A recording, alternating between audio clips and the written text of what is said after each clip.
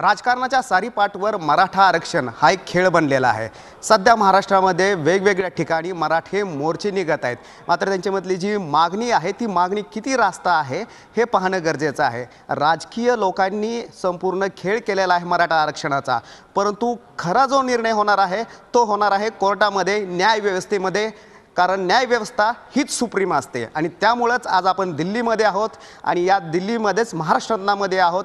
ज्यांनी पहिलं आरक्षण दिलेले आहेत शाहू महाराज, त्यांच्या पुतळ्यासमोर आपण उभं आहोत, त्यांच्या स्मारकासमोर आपण उभं आहोत आणि या संपूर्ण सुप्रीम कोर्टमधल्या वकिलाकडून आपण जाणून घेणार आहोत की मराठा आरक्षण देणं हे कितपत शक्य आहे महाराष्ट्रामध्ये। आपल्या सोबत आहेत आता महाराष्ट्राचे सिनियर वकील आहेत, निशांत कात्नेश्वरकर आहेत, सुप्रीम कोर्टामधले सिनियर वकील आहेत सचिन पाटील जी आहेत, आर देशपांडे साहेब आहेत, विशाल जोगदंड जी आहेत आणि त्यांच्याकडून जाणून घेऊयात की नेमकं आता सद्यस्थिती काय आहे, इतिहास काय होता आणि भविष्यामध्ये नेमकं काय होणार आहे। आपल्यासोबत आता अगोदर आपण बाजू सरकारची सुरू करूयात। निशांत कात्नेश्वरकर जी आपल्यासोबत आहेत। निशांतजी, मला अगोदर सांगा, अहवाल मांडला, सुप्रीम कोर्टामध्ये याचिका आली, नंतर हायकोर्टामध्ये गेली, नेमकं सरकारचा चेंडू कोणाच्या कोर्टामध्ये जातोय?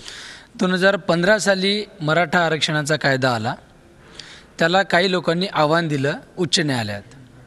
उच्च न्यायालयामध्ये त्या कायद्याला स्टे मिळाला, म्हणजे स्थगिती मिळाली, दाखल केली आणि स्थगिती उठवण्याची विनंती केली, पण तेव्हा सरकारची याचिका फेटाळली आणि डिसेंबर 2014मध्ये सर्वोच्च न्यायालयाने उच्च न्यायालय असं सांगितलं की तुम्ही लवकरात लवकर उच्च न्यायालयातली याचिका निकाली काढा।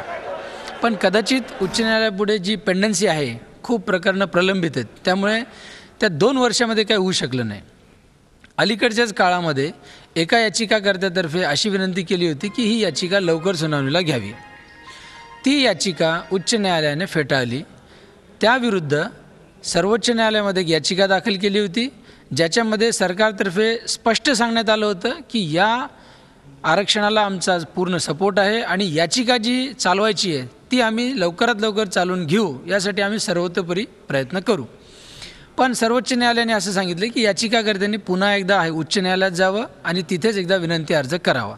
तर मला असं वाटतं की आता लवकरात लवकर उच्च न्यायालयामध्ये ही याचिका सुनावणीला येईल आणि योग्य तो निर्णय होईल। आर देशपांडे साहेब आपल्यासोबत आहे। देशपांडे साहेब, मला तुम्हाला एक प्रश्न विचारायचा आहे।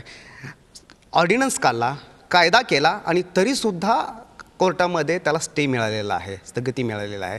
मला सांगा की राणे कमिटीचा जो रिपोर्ट होता, मुळात की राणे कमिटी याला कॉन्स्टिट्यूशनचा काय अधिकार आहे का, कमिशन म्हणून त्याला ग्राह्य धरलं जाऊ शकतं का, आणि रेकमेंडेशन काय होते त्याच्यामध्ये?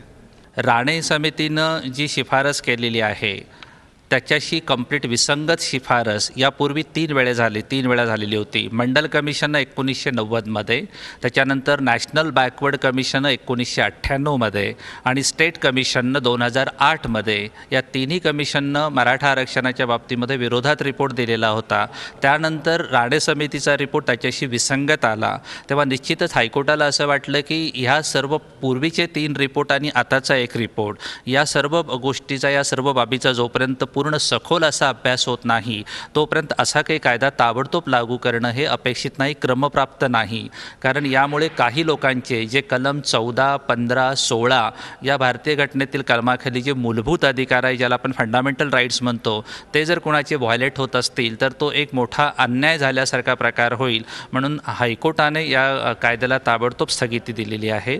विशेषतः कलम 16(4) या गोष्टीला खूप महत्त्व दिलं जात आहे की 16(4) सोशली आणि एज्युकेशनली बॅकवर्ड क्लास आणि इनॲडिक्वेटली रिप्रेझेंटेड अशा 3 क्रायटेरिया लावलेल्या आहेत। तर वारंवार या गोष्टीवरच महत्त्व दिलं जातं की सोशली आणि एज्युकेशनली बॅकवर्ड आहेत असं जरी आपण मराठा समाजाला समजलं तरी ॲडिक्वेटली रिप्रेझेंटेड आहे मराठा समाज महाराष्ट्रामध्ये, त्यामुळे 16(4) ही गोष्ट बसत नाही आरक्षणाची, मराठा आरक्षणाची। भावनेला कोर्टामध्ये किती स्थान आहे हे पाहणं गरजेचं आहे आपल्याला। सचिन पाटील जी आपल्यासोबत आहेत। सचिनजी, मला सांगा की राणे कमिटीचा रिपोर्ट होता, त्यानंतर त्यापूर्वी बापट आयोग होतं, बापट आयोगाने काय सांगितलं होतं आणि बापट आयोगाने खरंच विरोध केला होता का, आणि राणे कमिटी किती आधार आहे आता हायकोर्टामध्ये आणि सुप्रीम कोर्टामध्ये टिकेल? बापट कमिटी ही 4 मेंबरची कमिटी होती, त्यापैकी 3 मेंबरनी रेकमेंडेशन केलं होतं की मराठा कास्टला रिझर्वेशन द्या म्हणून।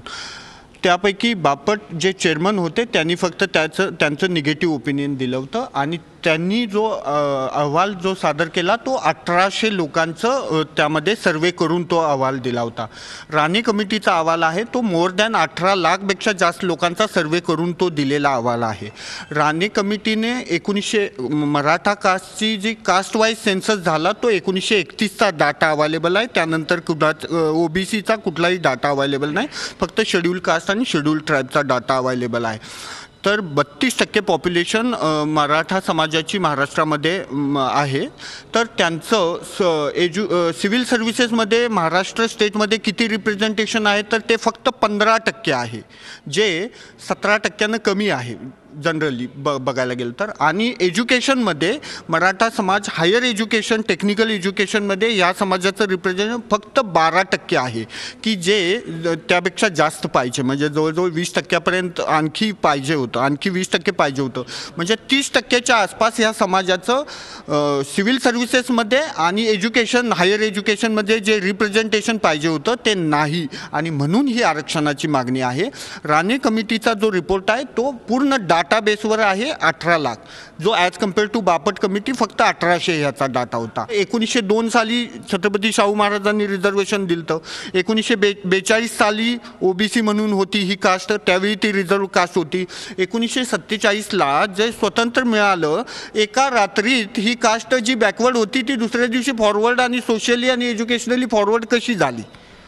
तर ह्या गोष्टी त्यावेळी नाही. आणि माझं असं मत आहे की 80चा जो अहवाल आहे नॅशनल कमिशनचा, त्यावेळी ह्या कास्टच्या वतीनं योग्य ते रिप्रेझेंटेशन गेलेलं नाही, योग्य तो क्वांटिफाईड डाटा बघितला गेलेला नाही.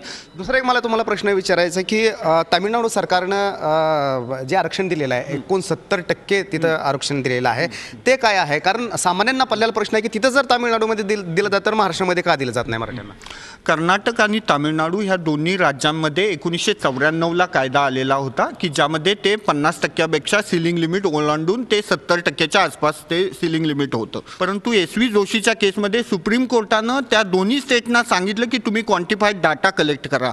महाराष्ट्र रिझर्वेशन केसमध्ये काय झालं, हायकोर्टनी डायरेक्ट ऑर्डिनन्स आणि ॲक्ट दोन्ही स्टे केलं इम्प्लिमेंटेशन, की जो क्वांटिफाईड डाटाच्या बेसिसवर होता. जर कोर्टाला शंका होती की हा डाटा नाही किंवा त्याला आणखी डाटाची आवश्यकता आहे किंवा आणखी सर्वेची गरज आहे, तर कोर्ट स्टेटला डायरेक्ट करू शकत होतं की तुम्ही तो डाटा कलेक्ट करा म्हणून, किंवा तो डाटा कोर्टासमोर ठेवा, जो एज्युकेशनलच्या विषयी असो किंवा एम्प्लॉयमेंटबद्दल. पण ते न विचारता डायरेक्ट जो स्टेटनी लेजिस्लेचरनी युनॅनिमसली पास केलेला, मेजॉरिटीनं जो पास केलेला कायदा आहे तो असा स्टेट करणं हे इतकं योग्य नव्हतं. हायकोर्टची जी ऑर्डर होती. आर्थिक निकष आणि सामाजिक मागासलेपण, आर्थिक निकषावर तर आरक्षण देता येत नाही आहे, कॉन्स्टिट्यूशनमध्ये सांगितलेलं आहे. तुमचं नेमकं काय म्हणणं आहे? कसं आहे, आर्टिकल 14 प्रमाणे कायद्यासमोर सर्व समान. आता 15मध्ये आर्टिकल 15मध्ये असं म्हटलं आहे की स्टेट हे कोणाबद्दलही डिस्क्रिमिनेट करू शकत नाही सेक्स, रिलिजन, कास्ट या बेसिसवर. 15(4) त्यांनी म्हटलं आहे की बाबा तुम्ही काही कायदा करण्यात तुम्हाला कोणी थांबवू शकत नाही. आता कोणते 4 मुद्दे? तर एखादा समाज एज्युकेशनली किंवा सामाजिकरित्या बॅकवर्ड असेल किंवा शेड्यूल कास्ट आणि शेड्यूल ट्राईब, या 4 गोष्टींमध्ये जर तो 4 गोष्टींमध्ये कायदा करू शकतो. पण त्यामध्ये इकॉनॉमिकली बॅकवर्ड हा शब्द नाही.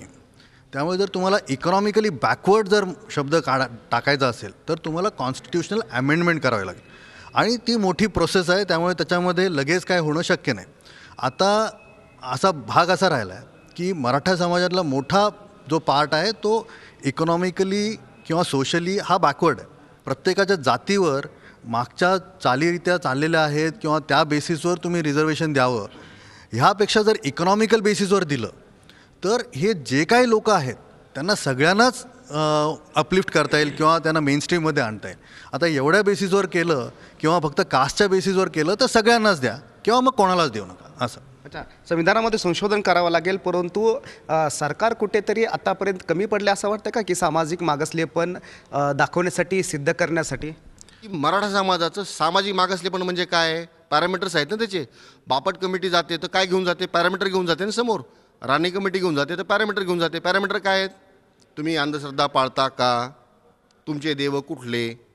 म्हणजे जिल्हानिहाय तालुकानिहाय ते फरक पडतात. म्हणजे जे पॅरामीटर्समध्ये आपण जर चुकलो तर आपण ते रिझर्वेशन टिकू शकणार नाही सुप्रीम कोर्टामध्ये, कारण सोशल बॅकवर्डनेस आहे आणि तो शिकले म्हणून सुद्धा गेलेला नाही. हे लोक खेड्यातून नक्कीच निघालेत, शहरात दिल्लीपर्यंत आले असतील, परंतु आजही यांचा अंधश्रद्धा आणि यांच्या ज्या गोष्टी ज्या पाळायच्या होत्या त्या आजही चालूच आहेत. म्हणजे सामाजिक मागासले पण आहे, परंतु याच्यात दुसरी गोष्ट आहे, ॲडिक्वेट रिप्रेझेंटेशन झालं आहे का नाही झालं. तर ते झालं नाही हे दाखवण्यासाठी राणे कमिटीचा रिपोर्ट आपल्याला हाताला वापरण्यासाठी आहे तयार. परंतु जर राणे कमिटी घटनात्मक नसेल तर तिच्या आधारावर तुम्हाला कायदा बनवून करता येईल का? नाही करता येणार. तुम्हाला जी घटनात्मक कमिटी आहे त्या कमिटीकडूनच तुम्हाला तो रिपोर्ट बनवावा लागेल. ती कमिटी जो काही रिपोर्ट आणेल त्यामध्ये सरकार काही करू शकत नाही. त्यामुळं जर मराठा रिझर्वेशन जर टिकवायचं असेल तर सामाजिक मागासले पण हे अत्यंत चांगला मुद्दा आहे आपल्याला. आणि दुसरी गोष्ट, जे बॅकवर्ड कमिशन आहे सरकारने तात्काळ त्याची जागा भरावी आणि त्या कमिशनचं लोकांपर्यंत कळू देत ना. ॲडिक्वेट रिप्रेझेंटेशन संदर्भात तर मत येते, परंतु राणे कमिटी ही घटनात्मक आहे की नाही यावर सुद्धा प्रश्नचिन्ह उपस्थित केले जात आहेत. आता हा विषय सध्या कोर्टामध्ये प्रलंबित आहे. राणे कमिटी वैध होती किंवा नाही, त्याचे रेकमेंडेशन्स कन्सिडर करायचे किंवा नाही, हे सगळे जे मुद्दे आहेत हे सर्व मुद्दे अंतिम सुनावणीच्या वेळेस उच्च न्यायालयामध्ये मांडले जातील. उच्च न्यायालय त्याचा विचार करेल आणि हा कायदा अतिशय अभ्यासपूर्ण तयार केलेला आहे. आणि मला असं वाटतं की सर्व युक्तिवादाचा विचार केल्यानंतर सरकारचा हा कायदा टिकेल. सचिनजी, मला अगोदर सांगा की जे नेतृत्व पाहिजे ते नेतृत्व आहे मराठा समाजाचं, अशा प्रकारे सांगितलं जातं. काय वाटतं की या नेतृत्वाच्या जोरावर आरक्षण कुठेतरी मिळण्यामध्ये अडथळा बनतो? लक्षात घ्या, ज्या पद्धतीनं आत्ता जे हायकोर्टनी जो पहिल्यांदा 2014मध्ये ऑर्डिनन्स स्टे केला त्यामध्ये हायकोर्टनी हा भाग कन्सिडर केला की 17पैकी 12 मुख्यमंत्री ह्या समाजाचे झाले. 105 साखर कारखान्यांपैकी 84 साखर कारखाने हे लोक चालवतात. पण जो रिझर्वेशन मिळणारा समाज आहे हा पूर्ण तो डिप्रायव्ड अनप्रिव्हिलेज्ड त्या खेड्यापाड्यामध्ये राहणारा समाज आहे जो खरोखरच एज्युकेशनली बॅकवर्ड आहे. आणि देशपांडे साहेबांनी सांगितल्याप्रमाणे ते मुलींचं शिक्षणाची हे बघा पर्सेंटेज मराठा समाजातल्या खेड्यामध्ये राहणाऱ्या मुलींचं शिक्षणाचं प्रमाण बघा, ती मुलं किती शाळेत जातात आणि किती 5-10 वर्षानंतर शाळा सोडतात. ह्या सगळ्या बाबी जर बघितल्या तर त्या मराठा समाजाला रिझर्वेशन देता येऊ शकतं. बापट कमिटीचा जो सर्वे होता हा फक्त 1800 लोकांचा सर्वे करून तो रिपोर्ट होता. त्यामुळे ह्या तिन्ही जे रिपोर्ट विरुद्ध आहेत जे म्हटलं जातं ते पूर्णपणे त्या समाजाचं योग्य ते रिप्रेझेंटेशन जे व्हायला पाहिजे होतं त्या कमिशनसमोर ते झालं नव्हतं. आणि कमिशननी इथं बसून AC मध्ये रिपोर्ट न बनवता त्यांनी त्या खेड्यापाड्यात जावं आणि ॲक्च्युली परिस्थिती बघावी. त्यांनी एक नव्हे पूर्ण देशाच्या महाराष्ट्राच्या कानाकोपऱ्यात जाऊन त्या समाजाचं तुम्ही ॲक्च्युअल परिस्थिती बघावी आणि मग रिपोर्ट बनवावेत. 50%च्या वर, मला हा प्रश्न सगळ्यांनाच विचारायचा आहे, 50%च्या वर आरक्षण देता येऊ शकत नाही कारण सिलिंगला आहे 50%ला. काय शक्यता आहे का 50%च्या वर? नक्कीच. NT थॉमस म्हणून केस सुप्रीम कोर्टामध्ये जी झाली, 7 जजेसचं ते रुलिंग आहे, त्याच्यामध्ये असं म्हटलं गेलेलं आहे, एक सिम्पलचं एक्झाम्पल दिलं आहे त्याच्यामध्ये, की त्याच्यात असं म्हटलं गेलं की जर एखाद्या ठिकाणी 80% पॉप्युलेशन ही मागासलेली असेल, ज्यांच्याकडे एज्युकेशन नाही, इकॉनॉमिक रिसोर्सेस नाही आहेत आणि सोशली बॅकवर्ड आहे, अशी जर 80% पॉप्युलेशन असेल आणि तिथं तुम्ही 80% रिझर्वेशन दिलं तर ते योग्य असेल का? तर ह्याचं उत्तर त्यांनी दिलं की ते योग्य असेल, कारण की तेवढं रिझर्वेशन देणं गरजेचं आहे. म्हणून तुम्ही ही 50%ची जी लिमिट आहे ती क्रॉस नक्कीच करू शकता. असं सेम जे आहे ते 8 जजेस जे होते इंदिरा सहानी केसमध्ये, त्या जजेसने सुद्धा हेच मत म्हणलेलं आहे 8 जजेसमध्ये की तुम्ही क्रॉस करू शकता ही लिमिट, 50%ची लिमिट ही क्रॉस करता येऊ शकते, त्याच्यात काहीच प्रॉब्लेम नाही आहे. अच्छा, परंतु जाट आरक्षणचा सुद्धा मुद्दा आला होता. जाटला सुद्धा देता आलं नाही आहे. काय त्याच्यामध्ये नेमकं म्हणणं होतं कोर्टाचं? नाही, जाट आरक्षणाचा जो मुद्दा आहे तो एकंदरीत केंद्र शासनाने जवळपास 5 राज्यामध्ये ते लागू केलं होतं. महाराष्ट्रात ही परिस्थिती वेगळी आहे आणि एकंदरीत पूर्ण अहवाल अजून मला तरी वाटतं हायकोर्टासमोर पूर्णपणे व्यवस्थित मांडला गेला नसेल, कारण ते प्राथमिकदृष्ट्या कोर्टाने स्टे दिलेला आहे.